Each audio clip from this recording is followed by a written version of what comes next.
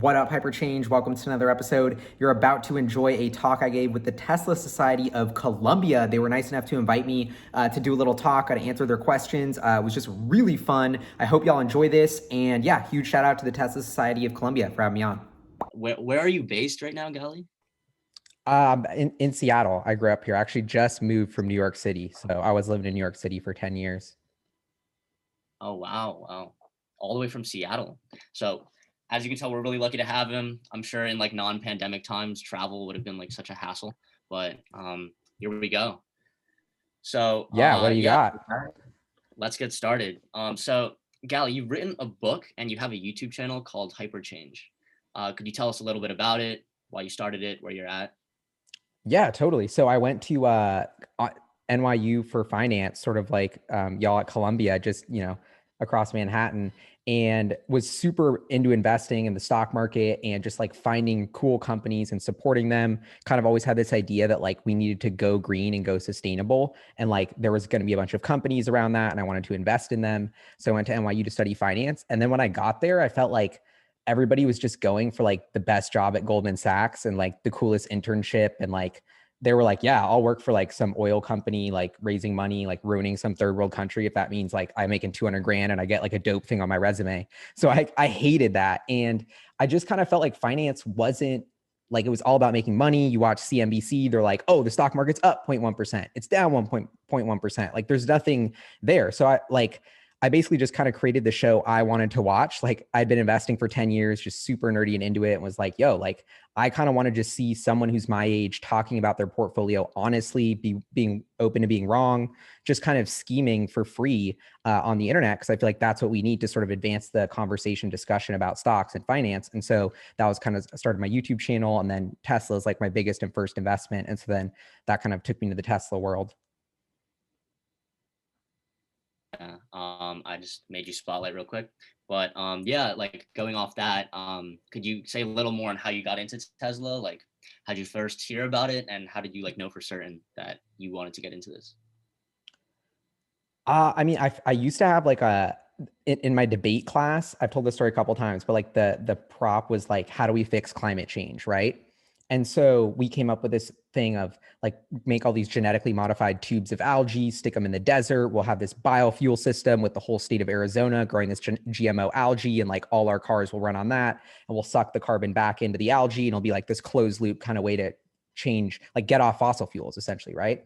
And then I heard of Elon Musk and Tesla, and they have the Roadster, and they have this blog post literally called like the master plan. And it's like, we're going to sell this super expensive sports car. Then we're going to use that money to make the technology better, sell a little bit cheaper car, then sell this mass market car, which is now the Model 3/Y, which I actually own one of, which is like totally mind blowing when you think about it. But like, and it was just this piece of paper. It was called like Project Blue Star. It was like this mass market car that ran on batteries that was going to change everything. And I was like, wait, so you don't need tubes of algae in the desert. It's like really cool, like sexy looking cars that are like the fastest thing on the road that drive themselves, that like just look awesome. Like that's the answer to the sustainable future. Like, yep. So where do I sign up? And this guy, Elon Musk, runs it, who Iron Man, who's like my favorite kind of superhero, was based off of, inspired by Elon Musk. Like it just didn't seem real. And just kind of, I feel like that's the way with Tesla. That's probably why you have this club. Like the more you look into it, the more you're like just getting pumped about it. Absolutely. A lot of people see Tesla as an electric car company, but one of the first things we discussed, this was back in our club's first meeting, was how Tesla is much broader than that. So they're not just electric cars, they're solar, they're battery tech. And so could you speak to a little on like just how far Tesla's reach is? Totally. So when I think about Tesla, they're really like an energy sort of flywheel company, right? You have products that consume energy, cars, products that produce energy, which is solar panel, solar roof, and products that store energy, which are the batteries. And so this trifecta of a sustainable way to produce, store, and consume energy is like the way our society sort of needs to function. So their products sort of all come around that flywheel. And when you think about the future products they're going to unveil, it's all around that flywheel as well. So that's Elon Musk's whole thing. Is Tesla's a mission-driven company. We need to find a sustainable way to produce our energy and consume it and store it and sort of come up with this system. And so that's why Tesla makes cars, but it's really the batteries in the cars that are this different way to consume energy that's way more efficient, that they can also use to put in trucks that eventually, once they get light enough, can put in boats and then maybe planes. And so there's a lot that this technology can do beyond the products that Tesla has today. And so there's a ton of different ways we can go with that, but yeah, I heard about like some rumors of like the VTOL, like Elon Musk are trying to build a VTOL or something. Yeah, the problem is we put too much on Elon's plate. Like he's already running 3 companies, like he can't do, and then he like let this idea slip about a vertical takeoff landing electric jet. And it's like, I don't even have to go to the airport. It can just take off from my roof or down the street. Like, and then it'll just fly me there, press a button, it autopilots. Like this is the dopest thing ever, right? And it runs on batteries, which could charge on a solar panel. But it's not going to come out for like 10 or 15 years if it does. So, and I feel like Elon feels bad that he let the idea slip, because now all, the Tesla fanboys are like, where's this VTOL jet? And yeah, but it's just not going to come for a while. Fair. Recently, Tesla's full self-driving has also been a hot topic. So how far along is Tesla with this? And like, what are the biggest obstacles, I guess, to getting cars having like full self-driving on the roads? This has got to be one of the biggest like science projects going on in the world right now, is try and figure out how we take out a human from controlling a vehicle and we have software control all the vehicles that drive around the road. Like, think this is such a big like sort of science project for humanity we're trying to pull off. And so I feel like Tesla's strategy is like, okay, we're going to put these software and sensors on our cars, and the Tesla's like as much as a computer as it is a car. Like every degree you're turning the wheel, it's tracking that. Every time you touch the brake, it's tracking that. When you're driving on autopilot and you disengage, it's tracking that. So it's sending that data back to HQ and learning from it. Like, why is Google the world's best AI? Because they have 1 billion people typing in searches, training that neural network constantly. There's a free flywheel of data where Google gets paid because they're getting paid to show you an ad, and you're giving them data. So that is the flywheel. They get paid to get data that allows them to create the best AI in the world. And Tesla's unlocked that in the automotive sector. So, and Waymo hasn't, which is so ironic, but like Tesla, like I bought my Tesla and now I drive it around and I'm training it to drive itself. And so this is the system and there's so many layers to Tesla's self-driving system. I guess the big thing to take away is like, it's a vertical autonomy stack. They literally built the chip. Everyone else using NVIDIA chips. They custom designed a chip that was from this guy that's a legend that they poached from Apple. And then on top of the chip, they have this whole neural net team based in Silicon Valley who's coding these cutting edge AI to run on the chip. And then you have all of this other team processing all the data that's coming in from the cameras. So there's so much that goes into Tesla's self-driving thing, but I think they're the only company to really take seriously in this space, because they have 1 million cars or computers on wheels that are constantly training, running billions of miles, generating billions of miles of data. So, will it take another 2 years or 5 years or 10 years? Who knows? But I think it seems like this really has a shot to be that sort of autonomous car company. Yeah, and sort of looking at it from the other end too, like, how do you think regulations will play an impact on that? Do you think there'll be like laws mandated? And like, could those be obstacles to their mission? Yeah, totally. I mean, we're going to want to regulate this for sure. And it's going to they're going to have to prove essentially to the regulators with tens of billions of miles of data that it's safer than a human driver. And so Tesla's already started putting out quarterly safety data where they show accidents per million miles on autopilot, not on autopilot, standard, across the US. And it's already pretty significantly safer. And so I think that gap will continue to widen. And Tesla's already building that stack of papers to bring into the politician's office to say, let's approve this. No other companies even got there yet. But so they're scheming on it, but it's going to be tough for sure. Right. Additionally, how often do you use your self-drive feature on your Tesla? Dude, awesome question. Honestly, all the time. Like if I'm on the highway, it's really only meant for the highway, right? And I don't even have FSD yet. I just have the I bought FSD, but I'm not in the beta of the real one. But dude, on the highway, I would say 90% of the time, probably 95% of the time of miles, which is on a road trip, is a game changer. So this is, if you own a Tesla, I hate driving. I hate cars. I was a New Yorker for 10 years. Come on, you can't get more anti-car than that. And then I bought a Tesla and I hadn't driven at all. And it drives itself. So I'm so much less stress, so much more chill. It's kind of a game changer if you're driving on the highway. It's really, really good on the highway. Yeah. And you sort of mentioned how you were in the city before.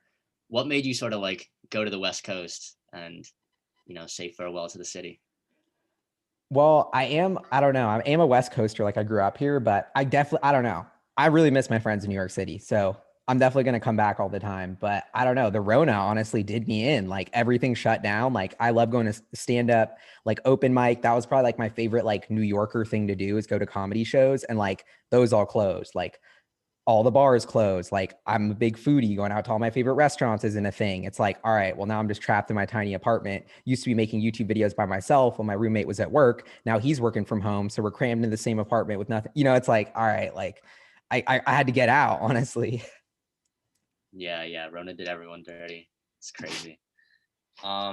So Elon Musk promised to have the robo-taxi on the streets by the end of last year. That's 2020. So clearly that was a little optimistic. Though that's like classic Elon though. But how is their progress coming along with that?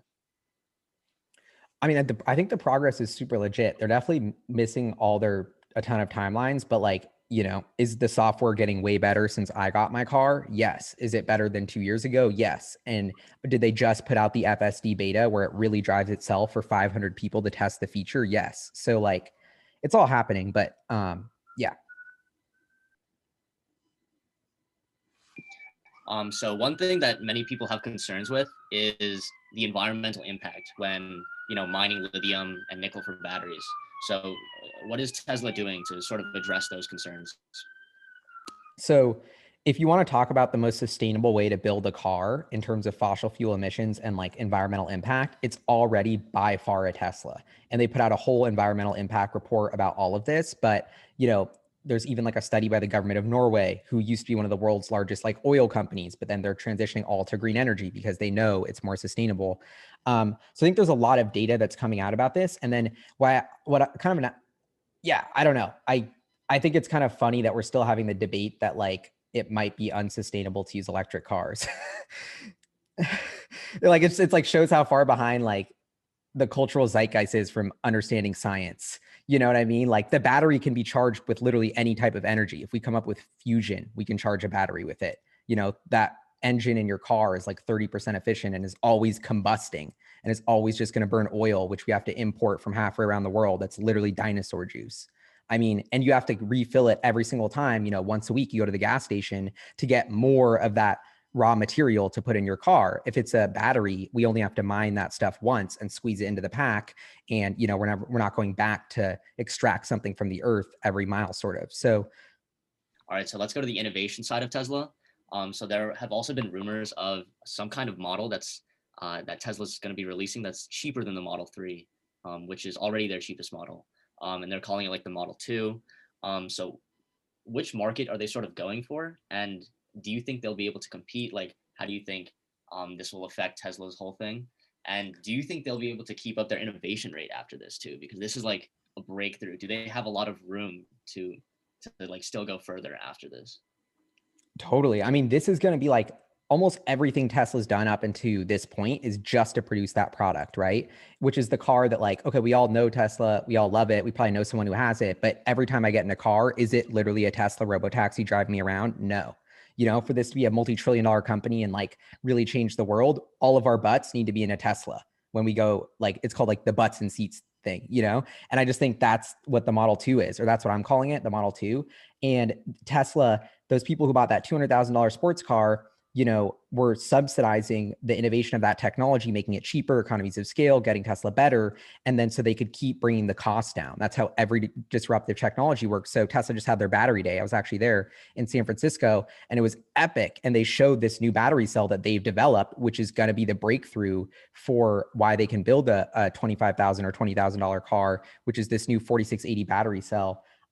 So it's kind of like when we said Tesla, like, when you think about what they are, it's a technology company, and the financial statements and even products they have out today are not really reflective of the full value of the technology they're developing, because they're about to come out with this new car, which is, been in the making for 20 years. You haven't seen any revenue from it, but it's going to change the world when it does. And so if they can come out with this thing that costs them 25, 30 grand to build, that can drive itself and last 300 miles on a charge, like that's kind of the game changer robo taxi product, I think. So Yeah, that's going to be really exciting. And it seems to be moving much quicker than like I was personally expecting. Like they think we might even get to be shown that car like by the end of this year and potentially deliveries starting next year in China. Wow, wow. Yeah, and they're sort of competing with like Toyota, all these mass market cars, right? Yeah, and the Model 3 was already the best selling car in America by revenue when it came out. So Tesla was already outselling Toyota. And like, it's kind of funny because you look at a Toyota and it was like, this is a way cheaper car. Shouldn't it be selling like a lot more? But for the price of Tesla, the amount of units they sell is like insane. Like they're shattering the norms of, oh, I'm only going to buy a Toyota. Like there's this thing called the Tesla stretch. Almost every customer who buys a Tesla, like goes way out of their budget to get the Tesla. And like everyone who's like an automotive industry expert's like, this makes no sense. And you're just like, but if you are a consumer, you're like, of course this makes sense. Tesla's way doper. Like, you know? Yeah, sure. So I saw on your Twitter that you've been advocating for Tesla's purchase of Bitcoin since like as early as December of last year. You've been an advocate of Bitcoin alone for like way longer than that. So could you tell us a bit about that? Like how Tesla's purchase is going to affect Bitcoin, how Bitcoin is going to affect Tesla? Yeah. So I saw that some public companies were adding Bitcoin to their balance sheet. I've been long Bitcoin for, I don't know, like 7 years or something. I love Bitcoin. I just think it's such a kind of fascinating concept. And then I was like, okay, well, if Square is going to add it to their balance sheet, this is really interesting. This is a next level of institutionalization of Bitcoin. Like it's not just, people buying it, thinking it's cool. It's like, no, this is regulated. There's a public company who's added it to its balance sheet, told its shareholders, gone through that disclosure process, and it was totally chill. That was like a game-changing moment. And then it's like, okay, Square is run by Jack Dorsey, right? And so he loves Bitcoin. He also runs Twitter. And he's like one of the most powerful tech people in the world. And not only is he obsessed with Bitcoin, but he's literally allowing 33 million people plus to buy Bitcoin through the Cash App with Square. So I was like, and then Square buys some for their balance sheet. So I'm like, okay, this is Bitcoin's different than when I was pumped about it in 2014. It was just nerds like, this is really getting institutionalized. And so that's when I saw, started talking to Michael Saylor and had him on my podcast, who's the CEO of MicroStrategy, which is like this old school software company that like, you don't even know they're a software company anymore because they literally just took on all this billions of debt to literally just buy Bitcoin and use all their cash flow to buy Bitcoin. So they basically turned into like a de facto Bitcoin ETF. And he's like pounding the table like, yo, everyone should have Bitcoin in their treasury. Stop holding cash. Cash is getting diluted at an accelerating pace. Why would you want to hold this like melting ice cube on your balance sheet? Like if we're Tesla, we have 20 billion to spend. Like we want to maximize that 20 billion. If we put a billion or two of that into Bitcoin, it goes way up. We have more to spend. That's better for our shareholders. And so it got to the point where I was like, wow, it's kind of a fringe idea, but being a Bitcoiner and being a Tesla shareholder, we're going to be late. This is going to happen. Apple's going to do it. Amazon's going to do it. And we want to do it before they do it, not after they do it. Because otherwise we're buying it at 200K a Bitcoin, not 25K a Bitcoin. So I literally I hit up Michael Saylor, put out this interview, literally call up Tesla, told them this idea, like my kind of contact at Tesla. I'm like, yo, I think you guys got to do this. I know we got 20 bill. I know we can't spend it all. I don't know. And then at some point, I feel like Elon, it's on his desk and he's like such an innovative, forward-thinking CEO. Like if he sees a good sort of like idea, he'll just jump on it. And he realized that this is a smart move for their shareholders. And so just jumped on it and they act quickly. And then they bought like $1.5 billion that was announced like a week ago. So Yeah. I mean, but how would you like address concerns of Bitcoin about how like, cybersecurity wise, it's like prone to hacking, and things like that? well, I don't think Bitcoin's ever been successfully hacked. Like exchanges have been hacked. So I would definitely make sure you don't put it at a sketchy exchange, but I don't know. There's risk for all new technologies, right? Of course. Yeah, of course. So another way that Tesla is really trying to beat out these traditional internal combustion engine cars is through their Cybertruck. So what are your thoughts on like its ability to compete? I know it hasn't been released yet, right? Or maybe like it's been released for pre-order. But like, what are your thoughts on how it can sort of beat out traditional pickup trucks as well? Yeah. I mean, I think it looks like it's totally from the future. Like I was at the Cybertruck unveiling and thought that it looked really ugly the second I saw it. And then it kind of grew on me. And then when I saw it in person, like driving up, I was like, oh my God, like looks like an alien invasion's occurring. Like I need that, this is so dope. And it's as much ridiculous looking as it is practical and functional from both like a utility standpoint for the customer and easy to build for the company. Like it has this exoskeleton, you don't need to paint it, doesn't get scratched, like it'll just look like stainless steel, super rugged, super sturdy for a truck.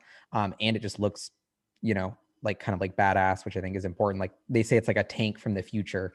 And then like how many trucks do you use for work where then you bring a diesel generator to also generate electricity at your work site. And then that's where you plug in your power tools versus plugging them into a huge battery at a Cybertruck. Like I think, and then maintenance of your cars is way cheaper if they're electric. So you'll have less maintenance costs. And they dropped the price was from like starting at 40 grand to like 60 or 70 grand. Like it was a lot more price competitive than people thought. So the combination of all of this led to people ordering. I think there's like 700,000 or 800,000 pre-orders on tap right now, which is like insane. It's like tens of billions of dollars of revenue or something. So, yeah, I'm pumped on the Cybertruck. I think it's like a real game changer. And that's like what we talk about Tesla as a technology company. Like that's another example of a product that doesn't exist today that they're not making any money from, but that they're going to make billions from because of all the work they've been doing with those batteries. Their battery technology is what's allowing them to bring the first like really competitive electric pickup to market. So were you Right. there then when the steel ball was thrown at the window? Yeah. And what was that like being in that room when that occurred? Oh, it was wild. I mean, I kind of thought it was like a troll or a joke. Like everyone's trying to figure out what happened. Like I thought it was planned as part of the presentation for sure. Like I didn't get like you can't really see well. You're like, you know, everyone's yelling and it's like, I don't know. It great vibes though. Yeah, but it's crazy that like he turns it into like this t-shirt design, and you know, now he's like profiting off his mistakes, and it's it's crazy how you can do something like that. Yeah, and people like they look so much into this. Like, was it planned? Was it a sketch? Like, you know, look how much money they're making off in it. It's like, dude, like it's just Elon being Elon. It's just authenticity and transparency, and that just is what Tesla is.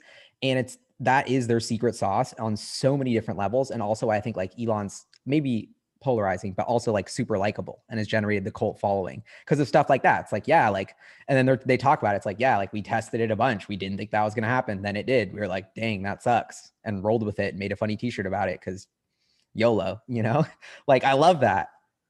Hell yeah, hell yeah. And so sort of I'm going back to like the Third Row Tesla podcast. So you were able to talk with Elon Musk face to face in a conversation. So are there like any takeaways? Like, is there something we don't know about him? Most people don't know about him that like was revealed there. And I was just watching the podcast. Like, I think Kimball came on as well, right? His brother. So like, you know, what was that like? And yeah. Yeah. Yeah. And his mom was there too. Like, honestly, just such cool, nice people. Like, I think it's, like, I think everyone should kind of learn to like I saw so much hate for Elon Musk back a couple years ago and even still today. It's like, I think as a general rule, people should not form an opinion of another person until they've met them personally or like spent time with them or I don't know, actually like interacted with them. Cause I think Elon, like, he's just such a down to earth, genuinely nice, kind, like chill dude, honestly. Like incredibly smart, but also just so down to earth, like not cocky, like super humble, super chill, like, you know, everyone in his family was super nice. Like they ordered us sandwiches in the podcast. They're like, we're getting hungry. Like, and they're like, oh my God, we're going to stop the podcast. Like we've been going way too long. Like we got to get out of here. And he's like, nah, bro, just a lunch break. Like get the guy to get sandwiches or whatever. And then we're like in, who is it? The actor who did Willy Wonka. It was his house. And then Elon's like, oh, I love this house. It's so quaint with the little cabinets. Like I kept them just this way. And you're like, wow, like that's so, and he's like getting plates for us, just like himself, like, you know, super politely, like, so just such a kind, like, I don't know if that's the side of the interview you wanted to hear, but that was the part that I thought was interesting was like, honestly, just No, a really dope dude. totally. Yeah, Gene Wilder, I think it was. Gene Wilder. Yeah, exactly. Yeah. He's since moved out though, right? He's like sold his possessions and all that stuff. Yeah, I think so. Cool. Yeah, so I mean honestly we can like open it up to any audience questions now, but another question that I sort of wanted to ask was like a lot of people say, okay, Tesla's overvalued because a lot of their revenue is purely based off carbon credits. So if those didn't exist, if like that tax didn't exist, they wouldn't be profitable. So like, is that true? Is there some merit to that? I mean, Nah, I mean, the real answer is like, nah, it's totally BS. Like, yeah, they make a few hundred million every quarter from these credits, but that's just like, it has not like Tesla's an electric car startup that's building electric cars to change the world. The government has this system where you get a huge tax credit for every electric vehicle you produce. And because none of the other automakers in the US or the world got their like stuff together to actually do that, they're like, oh my God, we desperately need to buy credits from EV companies who are making EVs so that we can like tell the government that we're doing good or whatever. And so that's the system. And Tesla's like, okay, there's an extra couple grand with every car. Yeah, we just sell that and get the couple grand. That's, you know, and I think the most important thing of like long-term investors like myself, you know, we've always said Tesla, those could go away and that wouldn't change anything. Like that's not going to change the value. I don't put any of that into my financial model. Whenever I model Tesla, I assume that goes to zero next quarter. But it's just kind of a symptom of the system that we live in where the EV makers get these credits. But Right. Yeah. Another cool quality about Elon Musk is that I remember on some kind of interview with someone who was witnessing him, the guy was like, "Oh yeah, I watched Elon at like some board review or something, and he like knew what he was talking about the entire time." And you hardly see any CEOs like that. So do you think like nowadays, especially with like the tech revolution, you have to like really know that stuff, like you know, super duper well, to even have a chance at being successful? totally. And before I found Tesla, like I was, you know, investing for like a private investor, researching companies, like meeting with tons of CEOs, trying to figure out which companies to invest in. And like when I met Elon, was so impressed and blown away at just his level of like how much he cares about the business, how much it's mission driven, how much he's also like the engineer of SpaceX and Tesla just as much as the CEO. Like you ask him about why isn't Tesla doing this? You know, he knows to the minute detail exactly why. Like that, it's just he's really is once in a generation. I know that's maybe like a cliche thing of like Elon so special, he's that great, but it's like, nah, like this dude is like lives up to the hype and more. And just let the numbers speak for themselves. Like I'm not an Elon Musk fan. I'm just a fan of capitalists and great CEOs and companies changing the world. And that happens to be that one guy's doing all of them at once. Like, you know, he started Zip2 with nothing, sold it for 50 million bucks, puts it into PayPal, one of the most disruptive fintech companies, sells that for $1 billion. Like find me another entrepreneur with that track record. There's almost like none in the world. So, yeah, I'm honestly like pretty lucky. I'm like, dude, like Elon Musk's biggest net worth was in Tesla stock. So that's what I put it in. I'm like, I gotta put my net worth in the same thing that the smartest dude in the world like put his net worth into. And he works for me basically. Like, dude. Recently, regulators in China have reprimanded Tesla over growing complaints about its cars. And not long ago, Elon also said that it might not be a good idea to buy a Tesla during a new model's ramp up period. So does it seem then that Tesla cars Model 3 and Y are like not fully ready then? I mean, oh man, this is like I'm like you're giving me flashbacks to like 2018 of just all the Tesla BS. It's like I mean Tesla's growing like crazy in China and like the hottest new coolest thing in China. So I think their cars are dope there. I bought a Model Y. I thought it was amazingly built with zero quality issues. And um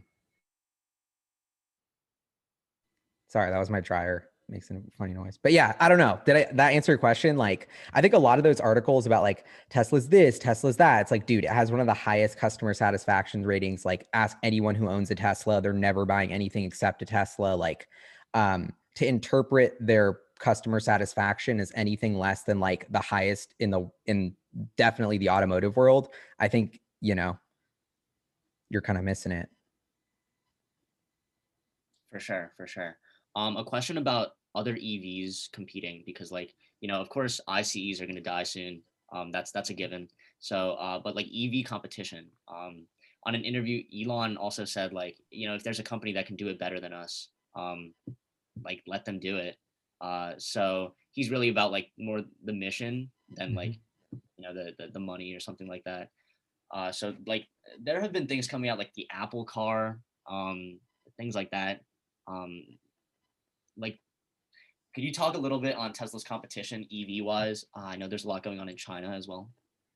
Totally.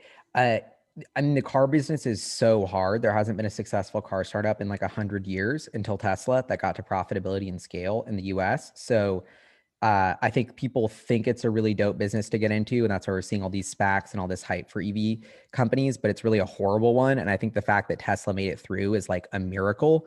And the reason why I think Tesla is so uniquely positioned is like what we talked about with their autonomy stack. Like it's vertically integrated. They do every single thing in house, which every single other automotive company doesn't do. So every, MBAization of America was like, oh, outsource everything, outsource this, outsource that. So what is GM? It's a brand that outsources, parts from this supplier, parts from that supplier, machine from that supplier. We just put it together. There's no real great technology there. And if there is technology or IP, it's all around the internal ICE engine, burning fossil fuels and doing that. That's the only expertise they have. And they outsource everything. And software is definitely not their expertise. So when you think about what's the car for right now, it's like, okay, we need something that's electric. We need something that runs on software that can drive itself. And now we're not going to build it with people. We're going to build it with robots. So when an era where you have no innovation for 50 years, it's great to outsource everything because it's commoditized. But when you're building a groundbreaking new tech from like literally from scratch, which is what Tesla did, like you need to do all of that in house. And so it took them 10 or 15 years, but now we have no one else who's really like, I don't know. So it's hard. I think the competition is going to come from someone who is a clean slate, like Ford or GM. All those companies are basically dead. Like it's got to come with someone who, is it Rivian? Is it Amazon? Is it Apple? Is it NIO in China? I think those companies have the best shot competing with Tesla. But the bottom line is Tesla is, they started 10 years and nobody tried. So they're 10 years ahead and they have the smartest CEO in the world, moving the fastest, running their company. And so that's why I think it's hard to catch up. Thinking back, one of your claims to fame was that one article that was written about you on in some earnings call, you roasted Wall Street for their questions. So what was that like? Yeah, I got on the 2018 Q1 2018 Tesla earnings call, which was basically a bunch of Tesla shareholders watched my channel and we were tired of hearing really lame, boring questions from Wall Street on that conference call. And someone's like, bro, Gally, why don't you ask a question? And because I would always joke, like, if they let me ask one, I'd have a great one. And I'm like, honestly, you're right. So I got like all my subscribers to email Tesla and basically begged to let me on the conference call. And then they said no. And then I tweeted at Elon and he was like, yup. And I like almost had a heart attack when he replied. And then he let me on the conference call to so that was like all before the conference call. And then when the conference call is happening, like the questions I was going to go at the end and they're just so bad that like Elon gets so pissed and literally just goes, let's go to YouTube. And then I'm like trembling with like my Google Doc, like in my apartment, like, oh my God, like, am I on the Tesla call right now? And then so then I just started asking questions and he was loving it because it was like someone who actually liked the company, was an investor, not just like some, to use his quote, boneheaded Wall Street analyst. And he got a ton of hate for that because it was just like not a conventional move, but that was such the right move. That was a genius move by him. And like, yeah. Yeah. And I know he like doesn't care too much for Wall Street. Like he was like randomly pricing his Model S at like 69,420. At one point he tweeted like my stock price is too high. And it actually went down.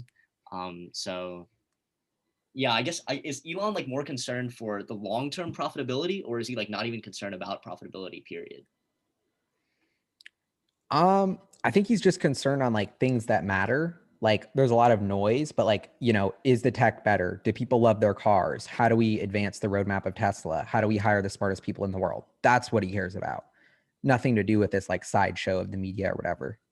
Another industry he's trying to get into is rockets as well. And he's done a pretty good job with like SpaceX. They're like launched Starlink a while ago. They're getting satellites up in the air. So yeah, could you speak a little on SpaceX and their possible relation to Tesla if there is one? Yeah. I mean, the relation to Tesla is that Elon runs both of them. And like the Tesla Design Center in LA is right next, it's in Hawthorne, kind of like the same complex as SpaceX. So they sort of have like a lot of the shared DNA. I mean, I love SpaceX. I invested in them. And I think, going to Mars is going to happen in our lifetime. It's going to be epic. And that's like the greatest forcing function for innovation that we're going to have in this century is that if you have to go to space, if you have to go to Mars, how much other stuff do we have to come up with? How much is that worth? How much IP does SpaceX develop on the way to Mars and how much is that worth? Pretty epic. So, Gally, I think I want to ask the question that everyone's wondering. Are we in a simulation right now? I'd say like 50-50. I don't know. Okay. Yeah, I feel like I'm it's agnostic, so I don't know. Maybe there's God, maybe we're in a simulation. yeah. I'll give some credit to both. Like, I don't know. Yeah. I mean, you have to wonder if if we do end up on Mars, the things we've accomplished. I mean, the likelihood that we are in a simulation, or that we're going to create one is Yeah. almost so. It's definitely something to be thinking about. We What got was one more question from Bruce. Is the mining of Bitcoin environmentally costly compared to other currencies? Um, this is something I've been thinking a lot about because I just put out a video about it, but I think it uses like 80 terawatt hours worth of energy to run the Bitcoin network, but it hasn't been increasing much. So that is a huge amount of energy. And it's hard to know, like, there's a lot of energy that consumed to run the normal financial system. So it's hard to know how much more efficient Bitcoin is. I don't know. This is, I think, if there's one downside of Bitcoin, the part that I hate, it's that it uses a lot of energy. But is it too much to make it impractical? No. And it's actually not growing that much despite the network growing. So now we've sort of decoupled energy consumption from network growth, where if that continues, we're good. It's like, okay, we can dedicate the size of Denmark's energy consumption to just running Bitcoin in perpetuity. But 2-3 Denmarks, I don't know. I have a quick question. Yeah. Oh, would it be smart to buy Tesla calls or Tesla puts?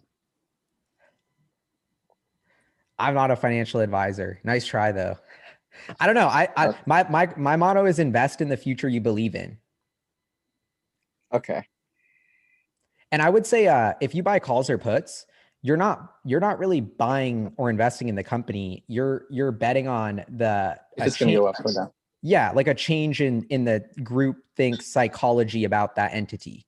And that to me, I have zero confidence in, and I would say is more like gambling. Like that's totally different than like studying a company and thinking of its net worth. Yeah, And yeah. like, I don't know. That's my take on it. I had my options phase, but I don't like options anymore. I think they're doing a lot more harm than good. Yes. Like if you just bought Tesla stock and just bought it hand over fist, like basically what I did, like you're chilling. You made more than like, you know what I mean? Like that's the bulletproof way to build wealth in the long term. And all the greatest investors do it the same way. Buy, hold great companies for the long term. That's like, No, yeah, I agree. like I had still so bullish many plus- friends that missed Tesla because they tried to get smart with the options. And it was like, and they try to get smart. And I was like, dude, like you forgot that you're not trying to be an options trader. You're trying to just invest in Elon Musk and Tesla because you know it's going to blow up. And the amount of people who messed up that like life-changing trade because they tried to get fancy is, I don't know. I'm trying not to let that happen again. Thanks, Gally. right? Well, that does seem like all the time we have tonight. So if anyone else has questions, maybe they can just, shoot a comment under one of Gally's videos. But yeah, I know you have a busy schedule. So I do just want to thank you very much. And we really appreciate you coming on with us tonight. Yeah, and we hope you can come back at another time. Yeah, I appreciate it. I'm almost like, are you sure you don't have any more questions? I'm kind of like a little bit disappointed that there's not any crazier questions. I feel like there's like 20 people. Like you guys can't come up with like something crazy to ask me about what Tesla's gonna do or what. Maybe not. We do have one more question actually we just got two more. So one from Michelle Wang. What's the story behind your YouTube channel name, HyperChange? World's changing faster than ever. So I made up a word to tell my business professors to get lost because they were like, you can't buy a stock at a 30 PE ratio. That will never work. And I was like, well, guess what? We live in hyperchange, yo. Things are changing faster than ever. Companies are growing faster than ever. Earnings rates are going to compound faster than ever. Like we're buying it at 40 PE. Now 40 PE is like the cheapest you're going to find in the market, But yeah, it's just kind of a word. Like Tesla really embodies hyperchange, and so does Elon Musk. Like change the whole industry super quickly, all that kind of stuff. And then we also have another question from Lorenz. Is Tesla expanding its insurance business? Oh yeah. that's going to be big time. Like the whole thing I was talking about, the data. I mean, it's kind of boring, honestly, but like insurance is just data, right? And so if you can get way more data about how someone's driving because the car is connected, like you're going to be able to give them a way more accurate rate and crush the insurance business. This is why like Warren Buffett's screwed and Geico's going bankrupt because they have no data relative to the Tesla. And so every insurance is going to go in-house when cars go autonomous. And so that's why Rivian's building in-house insurance. That's why Tesla's doing it. And so Tesla kind of pioneered this model because they're like, okay, well, when your car gets into a crash and nobody's driving it, we're going to be on the hook. So we better start building our insurance division. And this guy's question, will Cybertrucks be integrated with IoT? I think that's what he says, right? Internet of Things. Like there's actually, so the biggest idea about Tesla that I'm kind of thinking about, I think Wall Street's obsessed with, is that how does this make so much money, is that robo-taxi thing. And not just that the car drives itself, but then it's like, well, what happens after that? What happens when, you know, trillions of dollars of market cap are built on the iPhone, but what if this has wheels and I don't just order my food, but it actually goes and gets my food and brings it back. Like all of a sudden this is doing stuff that my phone didn't do. So I think like the biggest, that's why Apple's trying to do a car. It's why Amazon's trying to do a car. It's why Google tried to do Waymo. Literally the biggest companies in the world. What are they spending the most money and time on? How to build a self-driving car, because it's going to be the next computing platform and generate trillions of value. And Tesla is going to do it first. And I think the Cybertruck is like such a cool vehicle for that future. It's like, we got stuff, we can put it in the back. 6 people, we can cram those in there too. Super rugged, doesn't matter if it gets beat up. Like can go off-road, like can go 600 miles of range or 500 miles of range. So in many ways, the Cybertruck that's autonomous is going to be a platform. I don't know if Internet Things is the right word, but like for all of these apps and services. And it's like up to people like you to build the next trillion-dollar company built on top of a network of robo-taxis, you know?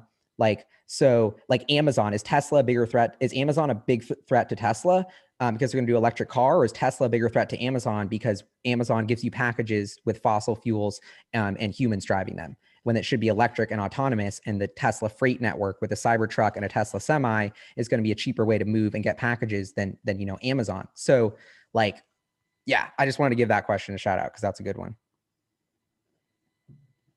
Yeah, and talking more about recent events, there are, you know, the power went out in Texas, and there were like multiple tweets about people who had the power wall installed and how like it literally did not affect them at all. So like, how's Tesla expanding its solar business? Because I know Elon also has a stake in Solar City. So like, is that a part of Tesla? And is that going to expand? Yeah, that's a part that I'm really like hot on that I think people don't appreciate, is that like, so I'm looking outside my window right now and I see the sun shining, I see all these houses and 0 have solar panels. We just literally have all this energy that's hitting all of our cities and we're not using any of it. And then we're digging up the earth halfway around the world and shipping it and using fossil fuels to ship us. Like it's ridiculous. And so the future, it's like, you know, invest in the future you believe in. It's like the Elon Musk talks about like our streets become alive. Like they're like energy, everything's generating energy and alive with energy. And isn't that such a more exciting future where you walk down your road and every house is generating energy and charging its car?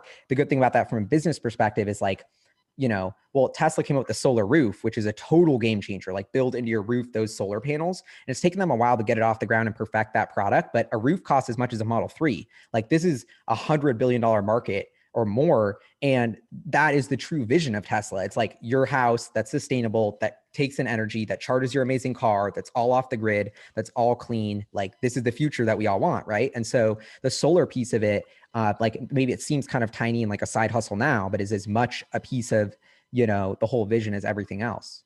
A question from Aniv. What are your thoughts on Elon's Boring Company? Is it a sufficiently better alternative to subway systems and other public transport?